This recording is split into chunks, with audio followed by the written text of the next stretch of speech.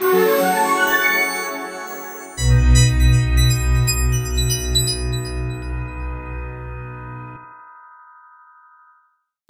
Roy Speckhardt.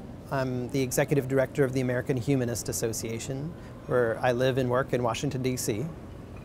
I'm a humanist, and I'm openly secular. Humanism is the not-so-radical idea that you could be good without a God. It's really a combination of some philosophical ideas. One being reason, that we use the scientific method to come up with knowledge, not divine texts or revelations from some higher power. Those are not sources of knowledge. Science is. And so that's the first key. And then the second key is really from empathy. From empathy with other human beings, we get compassion for them and try to do good for society. And we also realize that we're all essentially equal here on planet Earth. This is one world with one people in it.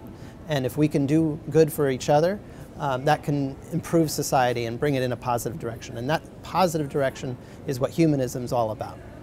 Well, I have experienced a little bit of discrimination. I was sent to the principal's office for not saying the Pledge of Allegiance in high school. However, I didn't quite understand why. I didn't want to say it. I knew I had a problem with some of these concepts. And I backed down when the principal said, well, you're going to say it tomorrow? I said, okay. But I'm really appreciative of the brave young students who I've met who have done this day after day and have faced real discrimination.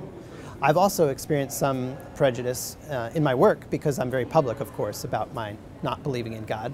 I've been on radio shows, even nearby ones that are not far from my home, where they talked about how people like me should get out of this country. We shouldn't even exist, you know, and implied some negative things about maybe what should be done to me. But fortunately, even in those experiences, they usually end it by saying something like, you'll get yours, you know, when you die and are sent to hell. And I said, well, as long as that's what your threat is, I'm not too worried.